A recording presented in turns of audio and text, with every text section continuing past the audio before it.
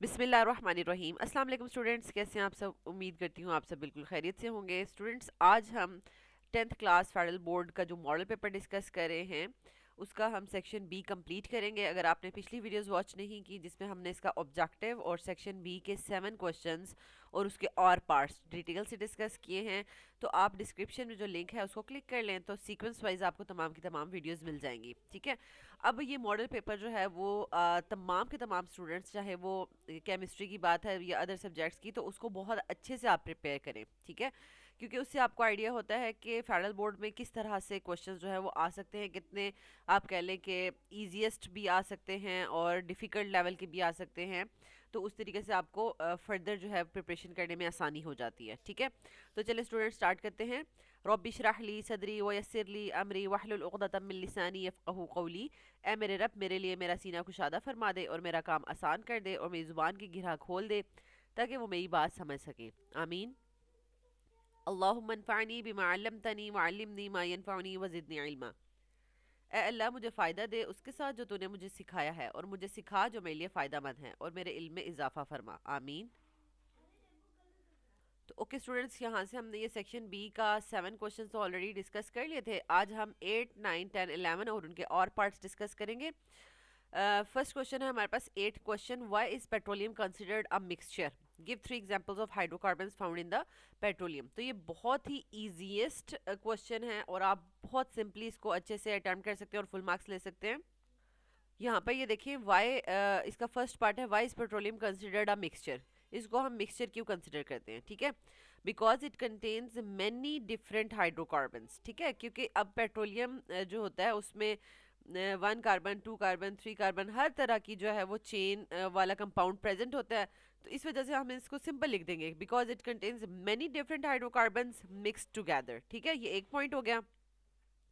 And these hydrocarbons are not chemically combined, यानी अगर ये 2 कार्बन वाली चेन है और ये 3 कार्बन वाली चेन है, ये 5 कार्बन वाली चेन है, ये 8 कार्बन वाली चेन है, तो ये आपस में इन्होंने कोई बॉन्ड्स नहीं बनाए हुए। ठीक है, यानी इनके दरम्यान में वंडरवॉल फोर्सेस हो सकती हैं। ठीक है, लेकिन ये आपस में केमिकली कंबाइन नहीं हुए होते। ठीक है, और इनको हम सेपरेट कर सकते हैं बाय फ्रैक्शनल डिस्टिलेशन। ठीक है, जब हम इसको बॉईल करेंगे, हर चेन का अपना जो है वो बॉइलिंग पॉइंट होगा।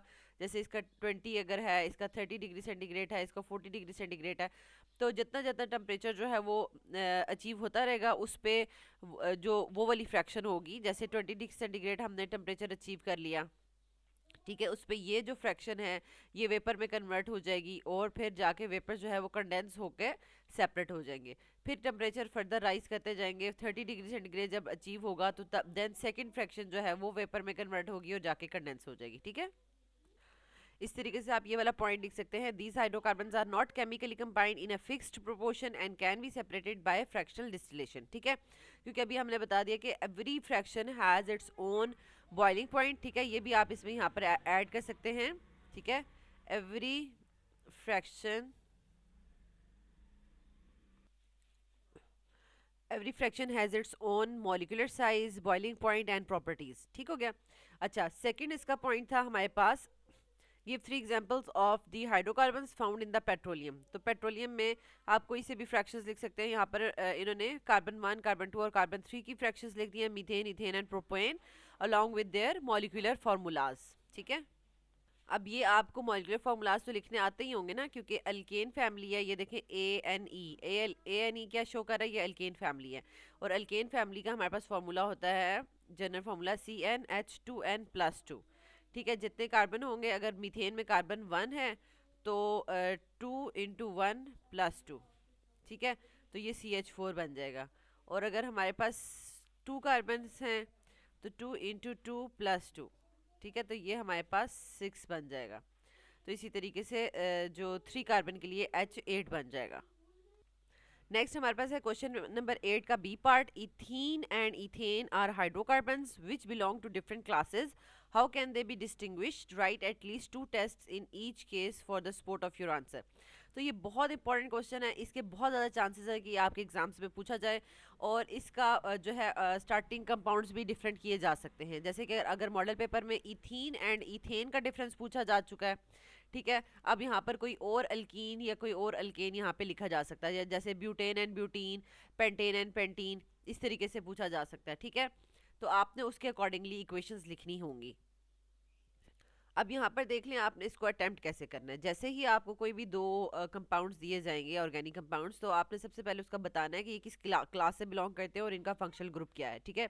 Ethane is an alkane and contains single bonds, ठीक है, उसके दरम्यान में। और फिर हमने बता दिया कि सिंगल बॉन्ड्स किस किस के दरम्यान में है, यानी कार्बन कार्बन सिंगल बॉन्ड उसके दरम्यान में, ठीक है। Ethene is an alkyne and it contains double bond, यानी कार्बन कार्बन के दरम्यान में डबल बॉन्ड होता है, ठीक है। Because of this ethene is more reactive than ethane, यानी अब बताया गया है कि इसमें डबल बॉन्ड होता है और इसकी वजह से इथीन जो है बहुत ज़्यादा रिएक्टिव होता है देन इथेन।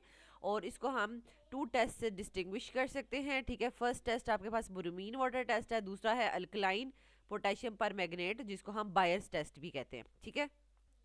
अब आपको जैसे अब इथीन के साथ ये टेस्ट लिखने आने चाहिए, तो इसी तरह प्रोपीन ब्यूटीन हर एक के साथ लिखने आने चाहिए, ठीक है।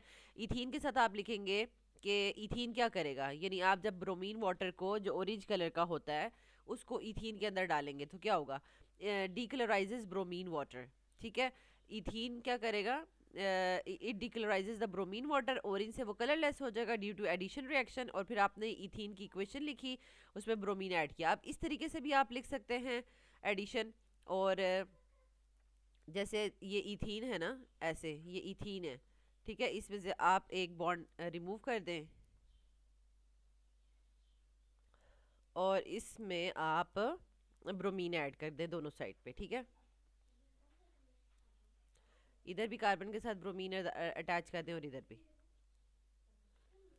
और इसका नेम जो है वो मैं साथ बता देती हूँ, ठीक है। अब नेमिंग के लिए हम क्या करते हैं, कार्बन चेन को पहले सिलेक्ट करते हैं, ठीक है। अब कार्बन चेन को हम राइट से सिलेक्ट करें या लेफ्ट से, दोनों तरफ से, फंक्शनल ग्रुप तो दोनों कार्बन पे लगा हुआ है, इसलिए हमने लेफ्ट साइड से कर लिया। और अब हम इसका नाम लिखेंगे, जो हेलोजन है वो एज अ सब्स्टिट्यूएंट एक्ट करेगा, ठीक है। 1,2 डाइब्रोमो, ठीक है, ऐसे नहीं लिखेंगे 1 ब्रोमो 2 ब्रोमो, ऐसे नहीं लिखेंगे। अगर एक जैसे सब्स्टिट्यूएंट्स हैं तो उनके नंबरिंग लिखते जाएंगे, उनको डाई ट्राई टेट्रा हम लिख सकते हैं, डाइब्रोमो इथेन, ठीक है। अच्छा, और फिर आपने जो है वो लिखा, ये देखिए यहाँ पर इथेन, इथेन लिखा और उसके साथ ब्रोमीन का रिएक्शन कराया और लिखा no change, bromine water remains orange, कोई रिएक्शन नहीं हुआ, ठीक है। इसी तरह नेक्स्ट टेस्ट की हेडिंग देंगे alkaline potassium permanganate Baeyer's test, ठीक है। इथीन क्या करेगा, इथीन डीकलराइजेस पर्पल केमिनोफोर सॉल्यूशन, ठीक है, और फॉर्म डायोल्स, और डायोल्स बनाता है, ठीक है। अब जैसे कि इसमें डाइहेलाइड्स ऐड हो गए थे ना, दो हेलोजन्स ऐड हो गए थे, डाइहेलाइड्स बन गए थे, तो उसमें क्या होता है, बायर्स टेस्ट में अल्कलाइन केमिनोफोर बेसिकली दो OH ग्रुप ऐड करता है, ठीक है। तो इसको आप बेसिकली हाइड्रोक्सिलेशन भी कहते हैं, ठीक है। जैसे इस वाले टेस्ट को आप हेलोजिनेशन भी कह सकते हैं, हेलोजिन्स ऐड हो रहे हैं, हेलोजिनेशन, ठीक है। और ब्रोमीन वाटर टेस्ट को, ठीक है, और हाइड्रोक्सिलेशन, ठीक है, क्योंकि दो हाइड्रोक्सिल ग्रुप ऐड होंगे। अब ये दो हाइड्रोक्सिल ग्रुप्स कहाँ पर ऐड होंगे ये मैं आपको बताती हूँ, ठीक है, और ये डायोल्स बन जाएंगे। अब जैसे ये हमारे पास अल्कीन है, ठीक है, और इसमें हम जो है वो एक बॉन्ड रिमूव कर देंगे और फिर हम इसमें हाइड्रोक्सिल ग्रुप ऐड कर देंगे, ठीक है। अब एक कार्बन की भी वैलेंसी फ्री हो गई है दूसरे की भी, तो यहाँ पर OH लिख देंगे। अब कुछ स्टूडेंट्स हैं जो OH ऐसे करके लिखते हैं, हाइड्रोजन के साथ बॉन्ड बना रहे होते हैं कार्बन का, तो ये इस तरीके से रॉन्ग अटैचमेंट होती है, ठीक है। आपने ऑक्सीजन के साथ करना है, क्योंकि ऑक्सीजन बेसिकली 2 बॉन्ड्स बना रहा होता है ना, एक कार्बन के साथ और एक हाइड्रोजन के साथ, ठीक है। तो ये आपने डायोल्स बना दिए। और ये 2 OH ग्रुप्स जब आ जाते हैं तो ये एक स्पेशल क्लास बना देते हैं, ये स्पेशल क्लास है ग्लाइकोल की, ठीक है। तो इसको आप इथाइलिन ग्लाइकोल भी इसका नाम जो है वो लिख सकते हैं, ठीक है। इसका नाम क्या है, इथाइलिन ग्लाइकोल। आपसे अलग से ये भी कहा जा सकता है कि हाउ कैन यू प्रिपेयर या how will you convert ethene, यानी एक क्वेश्चन पूछा जा सकता है, convert ethene into ethylene glycol. ठीक है, ये पूछा जा सकता है। तो अब जब आपने ये वाला बायस टेस्ट अच्छे से किया होगा तो आपको पता होगा ना कि जब हमने इथीन के अंदर KMNO4 की प्रेजेंस में OH ग्रुप्स ऐड किए थे तो उसका नाम बना था इथाइलिन ग्लाइकोल। अब क्या होता है कि अब आपके पास SLO बेस्ड एग्जाम्स करने के लिए अब आपको ये भी कहा जा सकता है कि convert propene into propylene glycol. ठीक है, यानी कार्बन चेन डिफरेंट हो जाएगी तो काम वही करना है। नेक्स्ट आप देखें कि आपने इथीन के साथ रिएक्शन लिखा और कहा कि कलर ऑफ द जो पर्पल कलर है KMNO4 का वो डीकलराइज हो जाएगा, डिस्चार्ज हो जाएगा। ठीक है, और इथेन के साथ आपने जब रिएक्शन लिखा, ठीक है, और फिर उसमें आप लिखेंगे no reaction, colour remains purple. ठीक है, तो इस तरीके से प्रॉपर वे में आपने इसको अटेम्प्ट करना है। इसमें जो चीज़ें याद रखने वाली हैं वो ये है कि ब्रोमीन वाटर का कलर क्या है और वो डिस्चार्ज होने के बाद कौन से कलर में जा रहा है, KMNO4 का कलर क्या है, वो कैसे डिस्चार्ज हो रहा है, और इसमें प्रॉपर रिएक्शंस जो है वो आपने ऐड करके हेलोजन भी और हाइड्रोक्सिल भी ऐड करके दिखाने हैं। ठीक है, नेक्स्ट क्वेश्चन है हमारे पास question number 9। Give reactions to illustrate how unburned hydrocarbons contribute to the formation of peroxyacetyl nitrates. अब ये क्वेश्चन आपका पूछा गया है चैप्टर 7 में से। ठीक है, फोटोकेमिकल स्मोक वाला मोस्ट इंपॉर्टेंट क्वेश्चन है कि फोटोकेमिकल स्मोक होती क्या है और वो कैसे बनती है।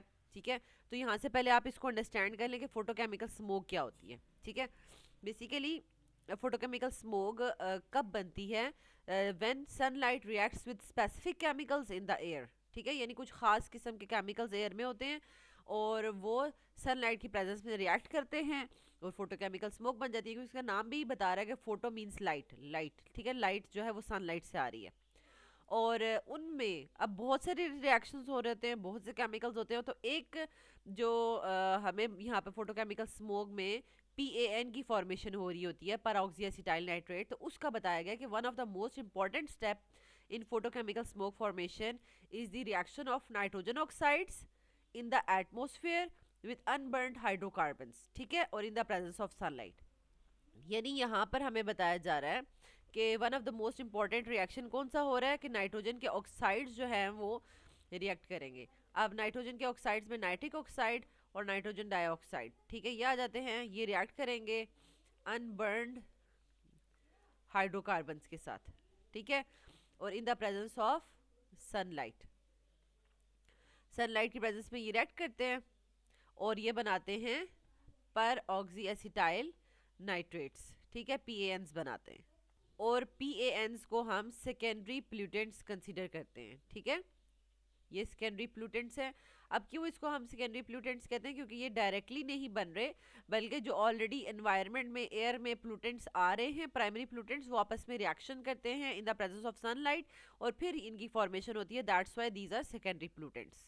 तो सबसे पहले आप यही लिखेंगे कि photochemical smoke occurs when sunlight reacts with the specific chemicals in the air, और ये इसका पूरा फॉर्मेशन लिखेंगे। ठीक है, और this leads to the formation of various secondary pollutants including peroxyacetyl nitrates. अब इसमें टोटल 6 रिएक्शंस हैं। ठीक है, अब 6 रिएक्शंस में मैं आपको यहाँ पर बता दूँ कि starting from the nitrogen nitric oxide. ठीक है, नाइट्रिक ऑक्साइड जो कि गाड़ियों से आ रही है, इंडस्ट्रीज से आ रही है। ठीक है, और जो भी कंबस्शन सोर्सेज हैं उसमें से आ रही है। ठीक है, ये क्या करती है, ये क्योंकि प्राइमरी प्लूटेंट होता है ना नाइट्रिक ऑक्साइड।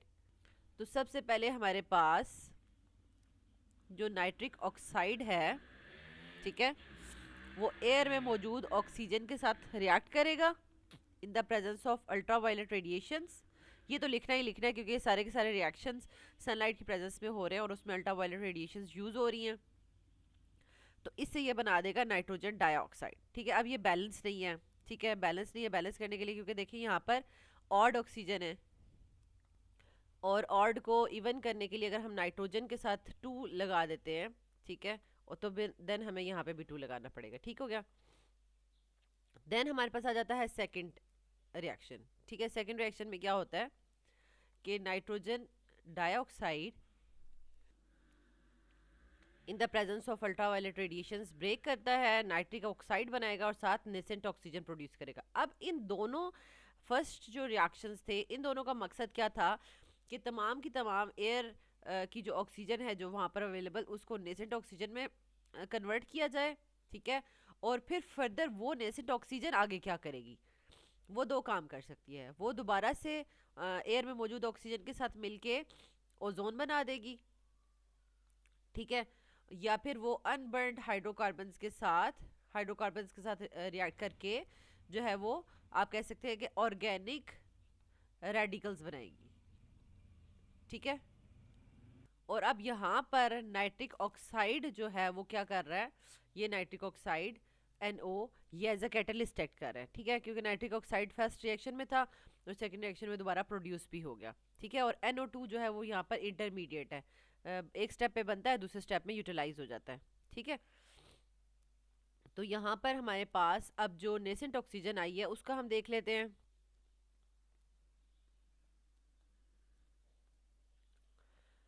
तो नेसेंट ऑक्सीजन क्या करेगी, ये एयर में मौजूद ऑक्सीजन के साथ रिएक्ट करेगी, ठीक है। और ये ओजोन बना देगी। या फिर इसका दूसरा हो सकता है रिएक्शन कि ये क्या करेगी, अनबर्न्ड हाइड्रोकार्बन्स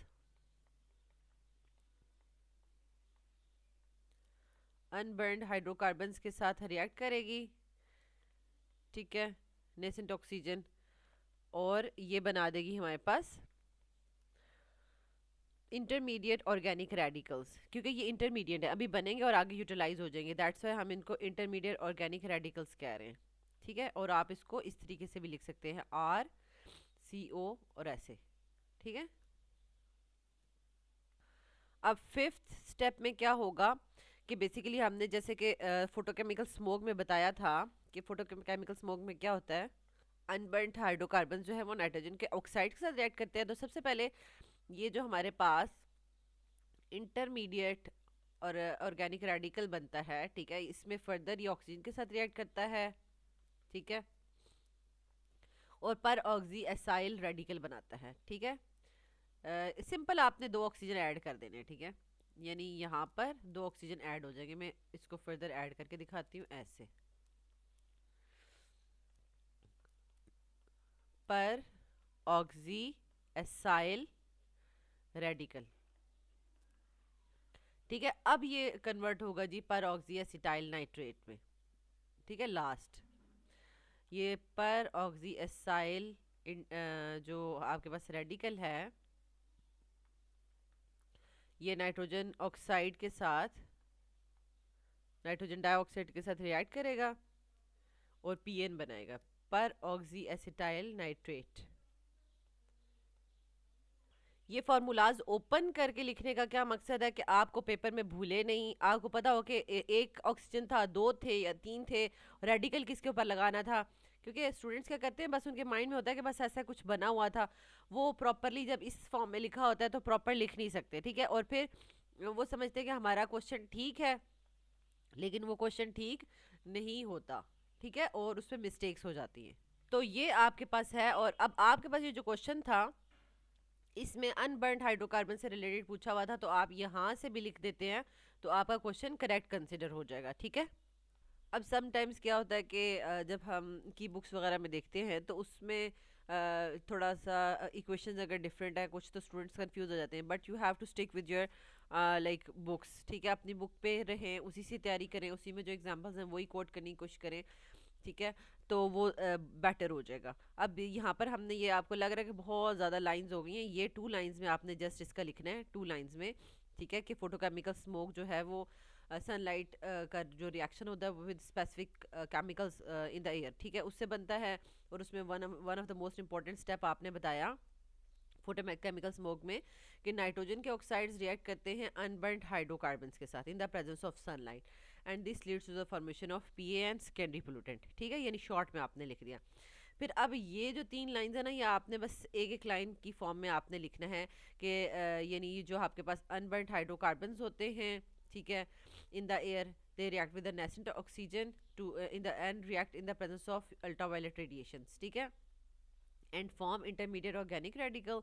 और ये ऑर्गेनिक रेडिकल्स रिएक्ट करते हैं with the molecular oxygen to form peroxyacyl radical and then these peroxyacyl radicals react with the NO2 to form the peroxyacyl radical, ठीक है। तो ये एक एक लाइन में आपने ये लिखना है तो ये बहुत अच्छे से जो है वो आपका क्वेश्चन अटेम्प्ट हो जाएगा। अगर तो ये आपका फुल क्वेश्चन आएगा ना कि पूरा केमिकल स्मोक होती क्या है और ये कैसे बनती है, तो इसको आपने बिल्कुल स्टार्टिंग फ्रॉम फर्स्ट रिएक्शन यहाँ से स्टार्ट करना है, ठीक है। जो कि मैंने आपको बता दिया कि नाइट्रिक ऑक्साइड से स्टार्ट होगा, फिर नाइट्रोजन डाइऑक्साइड बनेगा और फिर वो दोबारा से नाइट्रिक ऑक्साइड में जाएगा और फिर ऑक्सीजन के जो दो रिएक्शंस आ जाएंगे, ठीक है। मॉलिक्यूलर ऑक्सीजन के साथ ओजोन बनेगा और हाइड्रोकार्बन के साथ रेडिकल्स बनेंगे, ऑर्गेनिक रेडिकल्स, ठीक है। और लास्ट रू तो आपने कर ही लिए। अब यहाँ पर बड़ी इंपॉर्टेंट एक बात बताई जा रही है कि PAN जो है वो एक स्टेबल मॉलिक्यूल होता है, लेकिन लो टेम्परेचर पे। अगर टेम्परेचर हाई मिलेगा इसको और ये लो टेम्परेचर पे ही बन गया है एटमॉस्फेयर में, तो ये काफ़ी डिस्टेंस तक, लॉन्ग डिस्टेंस तक ट्रैवल करता रहता है और इसके अंदर NO2 जो है वो आप कह लें सेव हो गई है, ठीक है।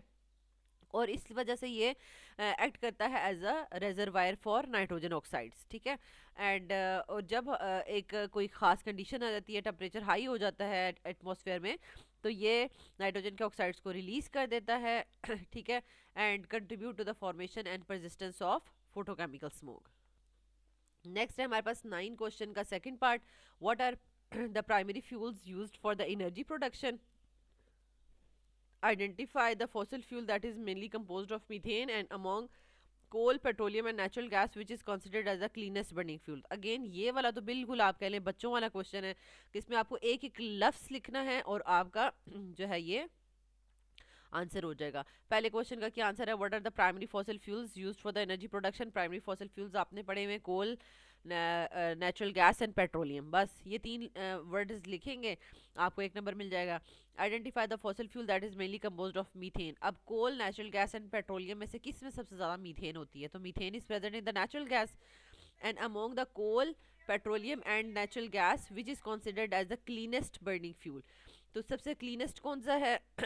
तो क्लीनेस्ट वो होगा जो कि कंप्लीट बर्न करेगा और एक्स्ट्रा सूट और आप कह लेंगे अनबर्नट जो है वो प्लूटेंट्स प्रोड्यूस नहीं करेगा, तो वो नेचुरल गैस है, ठीक है। अब ये क्वेश्चन नंबर 9 का आर पार्ट है, ठीक है। तो प्राइमरी फॉसिल फ्यूल्स क्या हैं? कोल, पेट्रोलियम, नेचुरल गैस। और the fossil fuel mainly composed of methane is natural gas. और जो क्लीनेस्ट बर्निंग फ्यूल है वो क्या है? Natural gas is the cleanest burning fuel because. अब यहाँ पर जो है वो रीज़न भी एक्सप्लेन कर दी गई है, ठीक है, कि बिकॉज क्यों? इट प्रोड्यूस लेस स्मोक, ठीक है, क्योंकि कंप्लीट बर्न करता है, लेस स्मोक प्रोड्यूस करता है, fewer pollutants and less carbon dioxide compare to the coal and petroleum when burned. क्योंकि ऑब्वियसली बात है इसके अंदर कार्बन कंटेंट्स भी कम है, तो कम ही कार्बन डाइऑक्साइड प्रोड्यूस होगी। तो ये तीन चीज़ें कम प्रोड्यूस होती हैं, less smoke, less pollutants and less carbon dioxide as compared to the coal and petroleum. यहाँ से आपको आइडिया हो जाना चाहिए कि बहुत इजी क्वेश्चंस भी आ जाते हैं और डिफ़िकल्ट भी आ जाते हैं, तो इस वजह से बहुत अच्छे से प्रिपरेशन करनी है और अपनी बुक पे फोकस करना है, ठीक है। बुक के कंटेंट पे फोकस करना है, क्योंकि देखिए आपने देखा होगा कि जो चैप्टर 8 से लेकर आगे क्वेश्चन चैप्टर्स हैं उनके वन या 2 या हार्डली 3 पेजेस का चैप्टर है टोटल, ठीक है। लेकिन उसमें से बहुत से कॉन्सेप्चुअल क्वेश्चंस बन सकते हैं, तो आपने उस तरीके से प्रिपरेशन करनी है। देन आ जाता है question number 10। Vitamin are important for our health, summarise their sources and importance in the health. अब वाइटामिन वाला जो चैप्टर है बायोकेमिस्ट्री, उसमें से 2 ही सवाल आ सकते हैं। एक आपका आ सकता है स्टार्टिंग में प्रोटीन्स, ठीक है, प्रोटीन सिंथेसिस उसका प्राइमरी स्ट्रक्चर, ठीक है, एक ही सवाल आ सकता है। और दूसरा वाइटामिन, क्योंकि 2 ही टॉपिक इंक्लूडेड है, ठीक है। और इसमें सेक्शन बी में ऑलरेडी आपसे प्रोटीन ये वाला देखें क्वेश्चन नंबर 4 का और पार्ट कि प्रोटीन का जो स्ट्रक्चर है पेप्टाइड लिंकेज के साथ उसको ड्रॉ कर दें, प्रॉपर उसको ड्रॉ करना, ये भी पेपर में पूछा जा चुका है, ठीक है। यानी 2 ही चैप्टर 13 में क्वेश्चन है और दोनों ही पेपर में आए हुए हैं, ठीक है। क्योंकि छोटे छोटे चैप्टर्स हैं तो इसलिए कंप्लीट उसमें से 2-2 3 क्वेश्चन जो हैं वो पेपर में आएंगे ठीक है। तो विटामिन वाला दूसरा टॉपिक था, और विटामिन में से what are vitamins and how they are classified, क्योंकि विटामिन्स आपके पास fat soluble and water soluble दोनों हैं। तो एक ये क्वेश्चन बन सकता है और एक बन सकता है कि विटामिन्स के जो सोर्सेज और इनकी इंपॉर्टेंस बता दें। तो यहाँ पर इन्होंने सोर्सेज और इंपॉर्टेंस बता दिया, तो मे बी आपके फाइनल बोर्ड एग्जाम्स में ये आ सकता है कि विटामिन्स क्या होते हैं और वो क्यों इम्पोर्टेंट हैं और उनकी क्लासिफिकेशन बता दें, ठीक है। यानी उनकी water soluble and fat soluble vitamins. ये हमारे पास क्वेश्चन नंबर 10 है, और इस तरीके से आप टेबल फॉर्म में इसको बहुत अच्छे से जो है वो अटेम्प्ट कर सकते हैं। आपके पास 6 वाइटामिन है, vitamin A B C D E K, ठीक है। और इनके सोर्सेज जो है वो आपने मेमोराइज़ करने हैं, टिप्स एंड ट्रिक्स से ही मेमोराइज़ किए जाते हैं, ठीक है। और उसके बाद उनकी जो सोर्स हैं और उसके बाद उनकी इंपॉर्टेंस इन द हेल्थ क्या है। जैसे कि अगर वाइटामिन ए है और उसका सोर्स है carrot, milk, liver and eggs, और वो करता क्या है, vitamin A maintains the good vision, healthy skin and immune function, ठीक है।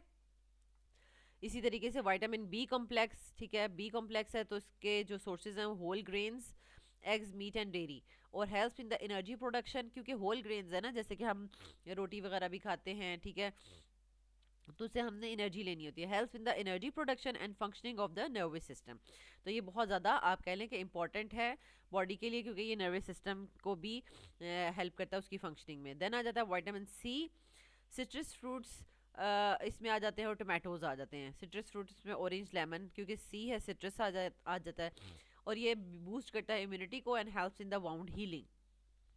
जब आप जो है वाइटामिन्स का मेन क्वेश्चन प्रिपेयर करेंगे कि व्हाट आर वाइटामिन्स, ठीक है, तो उसमें आप देखेंगे कि वाइटामिन्स ऐसे ऑर्गेनिक कंपाउंड्स होते हैं जो कि बहुत ज़्यादा इंपॉर्टेंट होते हैं, और स्मॉल अमाउंट में ये रिक्वायर होते हैं, ठीक है, बहुत ज़्यादा अमाउंट में नहीं बल्कि स्मॉल अमाउंट्स में ये बॉडी को या ऑर्गेनिजम्स को रिक्वायर होते हैं फॉर प्रॉपर फंक्शनिंग, ठीक है।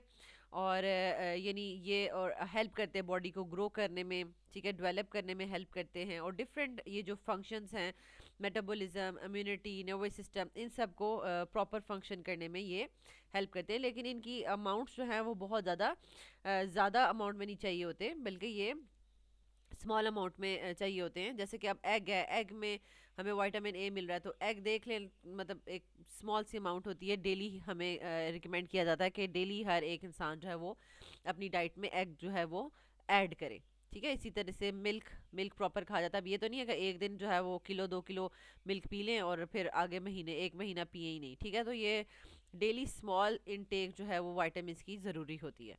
फिर आ जाता है vitamin D, sunlight, fish oil and fortified milk, ठीक है, ये इसके सोर्सेज हैं। Helps in absorption of calcium and maintain strong bones. अब जब हमारी बोन्स में कैल्शियम एब्जॉर्ब होगा तो ही वो स्ट्रॉन्ग होंगी, और वो जो है वो विटामिन डी की प्रेजेंस में वो एब्जॉर्ब होता है, और विटामिन डी सनलाइट से बनता है, ठीक है। जब ये चीज़ें आएंगी, ठीक है, fish oil, fortified milk, sunlight, तो ही विटामिन जो है वो हमें मिल सकता है। देन हमारे पास है vitamin E, nuts, seeds, green vegetables, और ये क्या करता है, acts as a antioxidant, protect cells from the damage, ठीक है। एंड लास्ट में vitamin K, green leafy vegetables में विटामिन के होता है, and essential for blood clotting. ये कितना ज़्यादा इंपॉर्टेंट है, ठीक है। इसका मतलब है कि ब्लड क्लॉटिंग ज़रूरी है। अगर हमें कहीं कट लग जाता है तो थोड़ी देर में ब्लड क्लॉट हो जाता है, और हमारी बॉडी का जो ब्लड है वो पूरा का पूरा बॉडी से बाहर नहीं आता, निकलता नहीं है, ठीक है, जिसकी वजह से इंसान सरवाइव करता है, ठीक है। जिनको ये प्रॉब्लम होती है, ब्लड क्लॉट नहीं हो रहा होता, तो वो उनको बहुत ज़्यादा खदशा होता है कि जैसे ही कहीं पर एक्सीडेंट की सूरत में उनका सरवाइव करना मुश्किल हो जाता है। नेक्स्ट हमारे पास क्वेश्चन नंबर 10 का और पार्ट, ठीक है। Explain the combustion process of the alcohols and discuss why they are considered as a cleaner fuel compare to the fossil fuels. अब हमारे पास ये क्वेश्चन नंबर 10 का और पार्ट है, ठीक है, अल्कोहल्स वाला। तो सिंपल आपने बताना कि अल्कोहल की कंबस्टन, तो अल्कोहल हो या कोई भी और ऑर्गेनिक कंपाउंड हो, वो after combustion carbon dioxide and water ही प्रोड्यूस करते हैं, ठीक है। कार्बन डाइऑक्साइड एंड वाटर ही प्रोड्यूस करेंगे। Alcohols combust to produce carbon dioxide and water, ये तो हो गई इसकी कंबस्टन, ठीक है। इसके साथ आप इसकी इक्वेशन भी लिख सकते हैं, ठीक है। यहाँ पर हमने एथेनॉल की एग्जाम्पल ले ली है। अब एथेनॉल की एग्जांपल है C2H5OH, ठीक है। इसकी हमने कंप्लीट कंबस्टन करनी है, तो सबसे पहले तो आप सिंपल लिख लेंगे कार्बन डाइऑक्साइड एंड वाटर तो बनेंगे ही बनेंगे, ठीक है। बाद में हम इसको बैलेंस करेंगे। अब यहाँ पर हमारे पास क्या है कि एथेनॉल में 2 कार्बन है, ठीक है, आप देख लें, तो इस वजह से आपके पास 2 कार्बन डाइऑक्साइड बनेंगे, और टोटल इसके पास जो है वो 6 हाइड्रोजन्स हैं, तो उससे हाफ वाटर मॉलिक्यूल्स बनेंगे, ठीक है। अब हम जो है वो देख लेते हैं कि ऑक्सीजन्स कितने हैं टोटल, ठीक है। पहले प्रोडक्ट में ऑक्सीजन्स देख लेते हैं, क्योंकि अब प्रोडक्ट में हम कोई भी कोएफिशिएंट नहीं लगा सकते, हमने 2 और 3 लगा दिया है। तो यहाँ पर टोटल 2 2 ज़ा 4 ऑक्सीजन इधर है और 3 ऑक्सीजन इधर हैं, ठीक है। तो ये हमारे पास 7 ऑक्सीजन है। तो यहाँ पर देखें एक ऑक्सीजन तो यहाँ पर है, तो अगर हम यहाँ पर 3 लगाएंगे तो ये बैलेंस हो जाएगा, ठीक है। तो इस तरीके से आपको किसी भी ऑर्गेनिक कंपाउंड की कंबस्शन को बैलेंस करना आना चाहिए। जितने कार्बन हुआ करेंगे उतने कार्बन डाइऑक्साइड बनेंगे, और जितने हाइड्रोजन हुआ करेंगे उससे हाफ जो है वो वाटर बनता है। और फिर हम प्रोडक्ट में टोटल काउंट कर लेते हैं ऑक्सीजन, उसके अकॉर्डिंगली हम चेंजेस करते हैं रिएक्टेंट्स में, ठीक है। रिएक्टेंट्स का जो ऑक्सीजन वाला पार्ट है उसमें। फिर अब इसको हम बहुत ज़्यादा क्लीनर फ्यूल क्यों कहते हैं, ठीक है। अब यहाँ पर लिखा हुआ है कि ये कार्बन डाइऑक्साइड एंड वाटर बनाता है एंड ऑफर मोर कम्प्लीटली, यानी कम्प्लीटली कंबस्शन शो करता है देन फॉसिल फ्यूल्स। तो उसकी एक रीज़न तो ये लिखा हुआ है कि बिकॉज इसमें कुछ pre existing atoms of oxygen already होते हैं, तो इसकी वजह से, क्योंकि फुल आपके लिए कंबस्शन के लिए ऑक्सीजन चाहिए होता है, तो इसमें प्री एग्जिस्टिंग ऑक्सीजन एटम्स होते हैं जिसकी वजह से अल्कोहल्स कंप्लीट कंबस्शन शो करते हैं। दूसरा क्या है कि ये कंबस्शन कंप्लीट कंबस्शन करने की वजह से फ्यूअर आप कह लें कि फ्यू हार्मफुल प्रोडक्ट्स बनाता है, ठीक है। सेकंड पॉइंट ये है। अब वो हार्मफुल प्रोडक्ट्स में क्या क्या आ सकते हैं, जैसे कि अब यहाँ पर कार्बन डाइऑक्साइड एंड वाटर बन रहा है, अच्छी बात है, लेकिन अगर कार्बन बनना शुरू हो जाए क्योंकि ऑक्सीजन कम हो जाए या कार्बन मोनोऑक्साइड बनना शुरू हो जाए तो ये एज अ प्लूटेंट एक्ट करेंगे। तो वो कहते हैं कि ये कंप्लीट कंबस्शन शो करता है जिसकी वजह से हार्मफुल प्रोडक्ट्स कम बनती हैं, लाइक कार्बन मोनोऑक्साइड, सूट, और कार्बन ब्लैक को हम सूट कहते हैं, ठीक है। दिस इज़ कार्बन ब्लैक, इसको हम सूट कहते हैं, और इसकी वजह से हम इसको कहते हैं कि ये क्लीनिंग बर्निंग फ्यूल है। और थर्ड पॉइंट जो है कि इसको हम बहुत ज़्यादा क्लीनर फ्यूल कहते हैं बिकॉज ये रीन्यूएबल रिसोर्सेज से डिराइव हुआ है। रीन्यूएबल रिसोर्सेज का मतलब है कि जहाँ से ये ड्राइव हुआ है हम इसको अगर यूज़ करते हैं तो अगर ये कम्प्लीटली ख़त्म हो जाए तो हम कहेंगे ओहो ये तो क्लीनर नहीं है, ये तो अच्छी बात नहीं है। इसको हम बार बार रीन्यू कर सकते हैं, ले सकते हैं, क्योंकि बेसिकली आपने अपने हाइड्रोक्सी कंपाउंड्स वाले चैप्टर में पढ़ा था, ठीक है, 10th चैप्टर में, कि इसको हम ये प्लांट सोर्स से आ रहा है, ठीक है। ग्लूकोज से हम इसको कन्वर्ट कर रहे हैं, ठीक है, ग्लूकोज से एथानॉल बना रहे हैं, ठीक है, अल्कोहल बना रहे हैं। तो ये ग्लूकोज जो है वो प्लांट सोर्स से आ रहा है, ठीक है। तो प्लांट जो है वो उगाए जा सकते हैं, ठीक है, और उनसे हम जैसे शुगर कैन वगैरह से लेते हैं ग्लूकोज, तो इस वजह से ये रिन्यूएबल सोर्स से आ रहा है, तो इसको ये हम क्लीनर कंसिडर करेंगे, ठीक हो गया। तो यहाँ तक आपको पता चल गया कि हमने 3 इसकी जो है वो पॉइंट्स लिखने हैं। एक तो इसका प्री एग्जिस्टिंग ऑक्सीजन एटम्स की वजह से ये क्या करता है, कंप्लीट कंबस्शन प्रोवाइड करता है, ठीक है। और दूसरा ये है कि ये जब कंप्लीट कंबस्शन कर रहा होता है तो लेस प्लूटेंट्स बना रहा होता है, ठीक है, जिसमें कार्बन सूट आ जाता है, कार्बन मोनोऑक्साइड आ जाता है, और ये इस वजह से भी क्लीनर कंसिडर होता है because it is derived from renewable sources, ठीक है, रिसोर्सेज। साथ आपने इक्वेशन भी लिखनी है। अब हमारा लास्ट क्वेश्चन है, question number 11। Zinc plating is carried out to prevent iron from corrosion, ठीक है, and describe its complete process and chemical reactions taking place at anode and cathode. अब आप अगर अपना चैप्टर नंबर 4 को देखें और वहाँ पर एप्लीकेशंस ऑफ इलेक्ट्रोप्लेटिंग में आपको 3 तरह की इलेक्ट्रोप्लेटिंग करवाई हुई है, ठीक है, zinc plating, tin plating and chromium plating. अगर मॉडल पेपर में जिंक प्लेटिंग आया है तो ऑब्वियसली बात है कि टिन एंड क्रोमियम प्लेटिंग आपके फाइनल बोर्ड पेपर में आ सकता है, ठीक है। तो ये बहुत ही इजी जो है इलेक्ट्रोप्लेटिंग के क्वेश्चंस हैं। इसमें आपको सिंपल पता होना चाहिए कि जो भी आप इलेक्ट्रोलिसिस कर रहे हैं, ठीक है, उसमें आपने एनोड जो है वो किस चीज़ का बना हुआ है, कैथोड किस चीज़ का बना हुआ है, इलेक्ट्रोलाइट जो है वो आपने ऐड किया हुआ है वो कौन सा है, और एनोड और कैथोड पे रिएक्शंस कौन से हो रहे हैं, उनकी इक्वेशन लिखनी आनी चाहिए। ये 5 चीज़ें आप लिखेंगे तो आपका परफेक्ट क्वेश्चन जो है वो अटैम्प्ट हो जाएगा और फुल मार्क्स मिलेंगे आपको, ठीक है। अब यहाँ पर देख लें जिंक प्लेटिंग जब हम कर रहे हैं तो सबसे पहले हमने बताया कि zinc plating on steel is done by using zinc metal as anode, ठीक है। तो आप सिंपल बोल दें कि इन जिंक प्लेटिंग, ठीक है, in zinc plating anode is made up of, यानी एनोड किससे मिलकर बना हुआ है, cathode is made up of, and electrolyte कौन सा यूज हुआ है, ठीक है। Anode is made up of steel, ठीक है, sorry zinc metal as anode, steel को हम कैथोड बनाएंगे, ठीक है। जिंक मेटल को हम एज एन एनोड रखेंगे एंड स्टील को हम as a steel object is made up of cathode, यानी जिसके ऊपर हमने कोटिंग करनी होगी उसको हम एज अ कैथोड रखेंगे। और solution of potassium zinc cyanide K2ZnCN4, ठीक है, containing the little sodium cyanide is used as a electrolyte. ये 3 लाइनें आपने लिख दी, ठीक है। ठीक है। अच्छा, फिर हमारे पास क्या है, अब हम बताएंगे कि during electrolysis zinc at the anode enters the solution. ठीक है, यानी अब हमारे पास अगर इस तरह से सेटअप लगा हुआ है, ठीक है, तो ये हमारे पास एनोड है, ये हमारे पास कैथोड है। एनोड किससे मिलकर बना हुआ है, जिंक का मिलकर बना हुआ है, और कैथोड किससे मिलकर बना हुआ है, स्टील या आयरन का मिलकर बना हुआ है। ठीक है, इसको हम जब इस तरीके से पॉजिटिव और नेगेटिव इलेक्ट्रोड से जोड़ते हैं, यहाँ से बैटरी है, ठीक है, बैटरी के साथ इसको अटैच करेंगे, और ये जो हमारे पास सोल्यूशन है, ठीक है, पूरा का पूरा सोल्यूशन है, उसमें क्या है, पोटेशियम जिंक साइनाइड CN4, ठीक है, along with little sodium cyanide. ठीक है, ये भी प्रेजेंट है, तो ये एज अ इलेक्ट्रोलाइट यूज़ हो रहे हैं। तो अब क्या होता है, वो कह रहे हैं कि ड्यूरिंग इलेक्ट्रोलिसिस जिंक जो है eight the anode enters the solution, यानी एनोड में जिंक है ना, ये जिंक है ना, तो ये सोल्यूशन में एंटर होता जाता है। अपने इलेक्ट्रॉन्स जो हैं वो इधर पास करता रहता है। ठीक है, क्योंकि ये देखें एनोड में क्या हो रहा है, जिंक जो है वो कन्वर्ट हो रहा है Zn+2 में, और +2 इलेक्ट्रॉन्स लॉस कर रहा है। वो जो 2 इलेक्ट्रॉन्स आपको नज़र आएंगे ना, तो वो एनोड टू कैथोड ट्रेवल करेंगे। ठीक है, वो ट्रैवल करके कैथोड पे पहुंच जाएंगे, और ख़ुद जिंक जो है वो Zn+2 की फॉर्म में जो है वो सोल्यूशन में चला जाएगा। ठीक है, तो ये ही बताया जा रहा है, during the electrolysis zinc at the anode enters the solution as Zn+2 ions which are deposited at the cathode.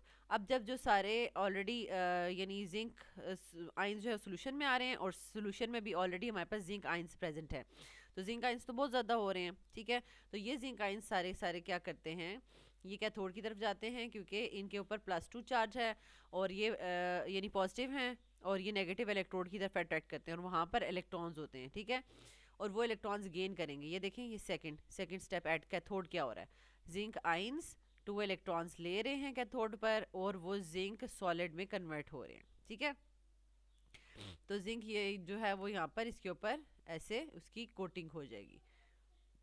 ठीक है, और फिर आपने सबसे पहले ये इलेक्ट्रोलाइट की जो डिसोसिएशन है उसके जो है वो इक्वेशंस 2 लिखनी है, और फिर reaction at anode and reaction at cathode लिखना है, और अब बीच में साथ एंड पे नोट लिखा हुआ है, note sodium cyanide prevents the hydrolysis of electrolytes. ठीक है, यानी ये जो इलेक्ट्रोलाइट है, ठीक है, उसमें हमने सोडियम साइनाइड भी थोड़ा सा ऐड किया हुआ है, जो कि सोडियम आइंस और साइनाइड आइंस में कन्वर्ट हो जाता है। ठीक है, तो ये वाटर का रिएक्शन जो है जिंक के साथ, और जो इलेक्ट्रोलाइट है उसके साथ वाटर के रिएक्शन को रोक रहा होता है। ठीक है, बेसिकली इसका ये मकसद होता है, क्योंकि अगर ये हम ऐड नहीं करेंगे तो जो जो भी जिंक आइंस बनते जा रहे हैं उनकी हाइड्रोलिसिस होती जा रही है, और वो फिर अवेलेबल ही नहीं होगा कोटिंग के लिए।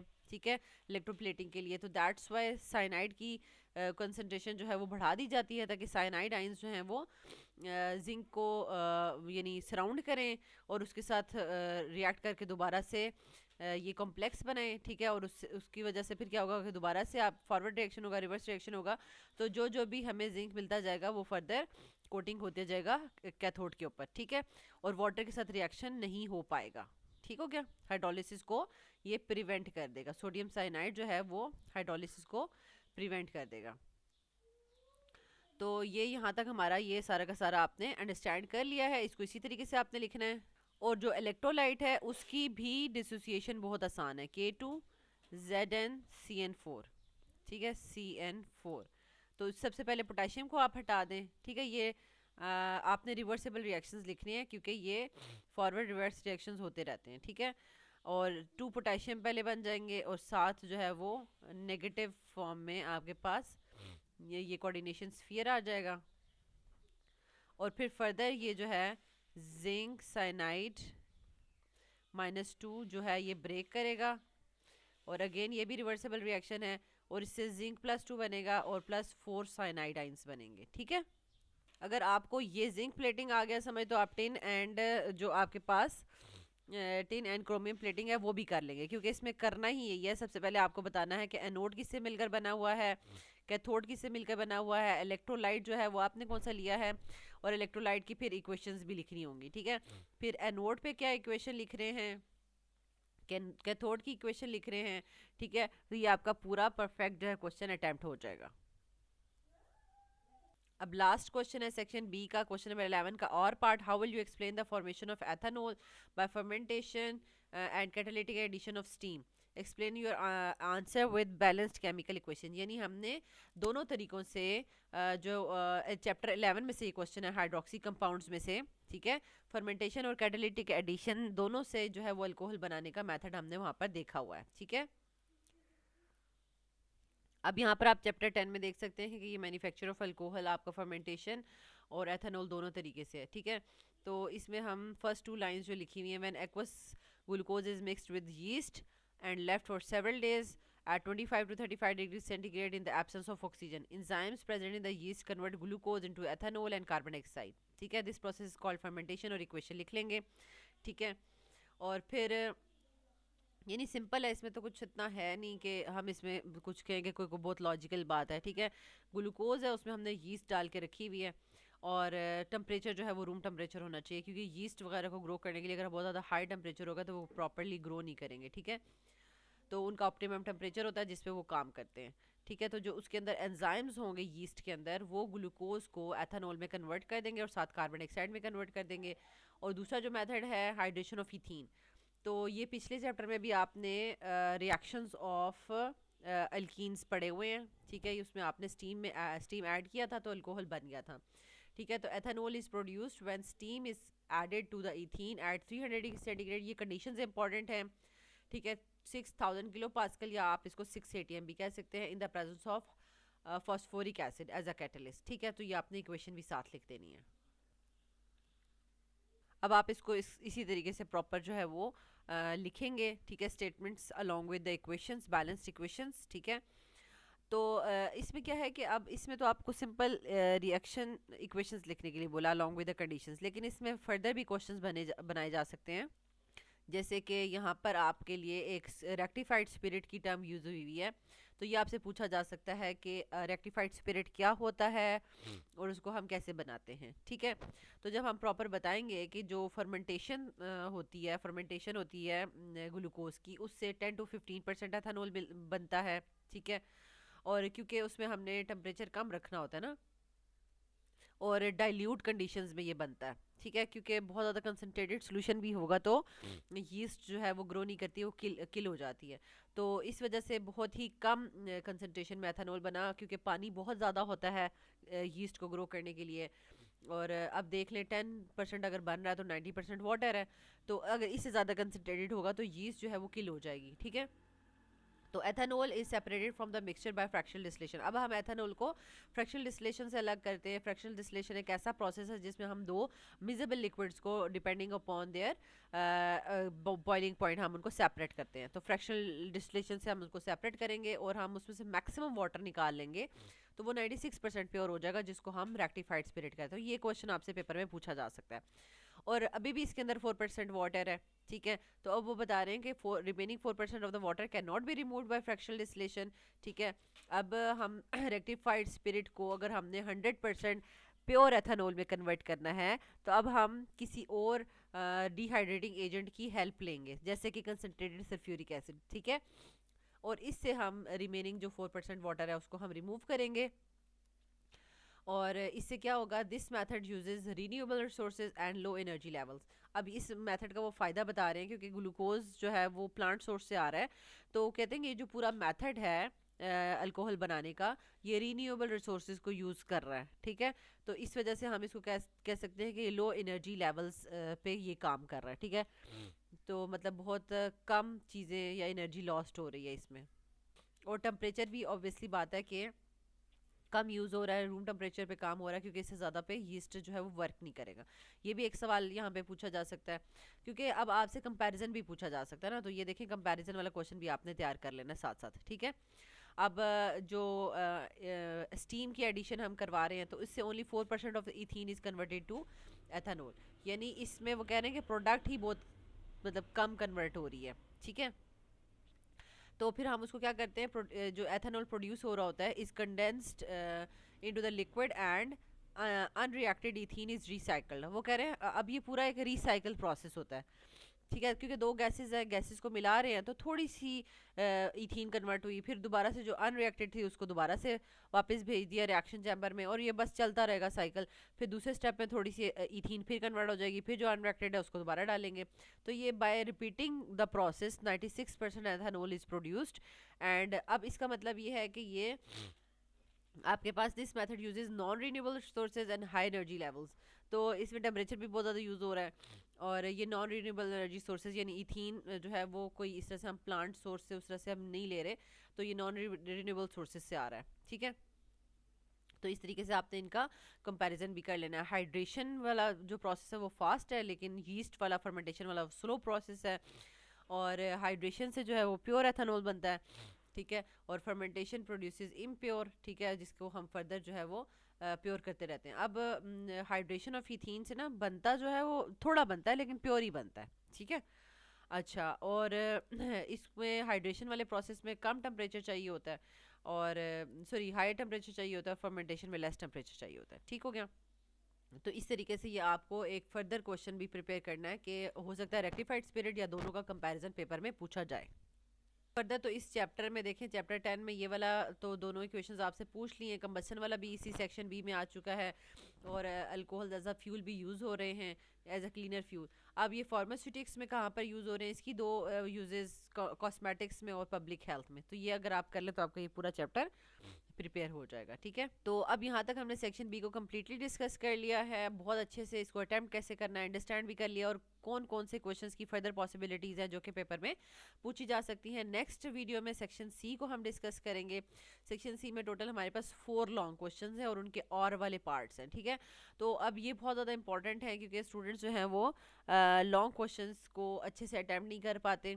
ठीक है, तो इस चीज़ को आपने देखना है, और आपने इसको अपनी बुक पे भी सब जो है जो जो भी टॉपिक्स आपने मॉडल पेपर में कर लिए तैयार, सेक्शन बी के सारे क्वेश्चंस का आपने जो है अपनी बुक पे मार्क कर लेना है। ठीक है, ताकि आपको आइडिया हो जाए कि हमने कितने क्वेश्चंस जो है अच्छे से प्रिपेयर कर लिए हैं, और फर्दर इन्हीं क्वेश्चंस के साथ आगे या पीछे वाला क्वेश्चन जो है वो हमसे एग्जाम में पूछा जा सकता है। अगर कोई क्वेश्चन हो तो आप कमेंट बॉक्स में पूछ सकते हैं। Thank you so much for watching. अल्लाह ताला आपको बहुत आसानियाँ अता फरमाए और आसानियाँ तकसीम करने का शर्फ अता फरमाए। आमीन।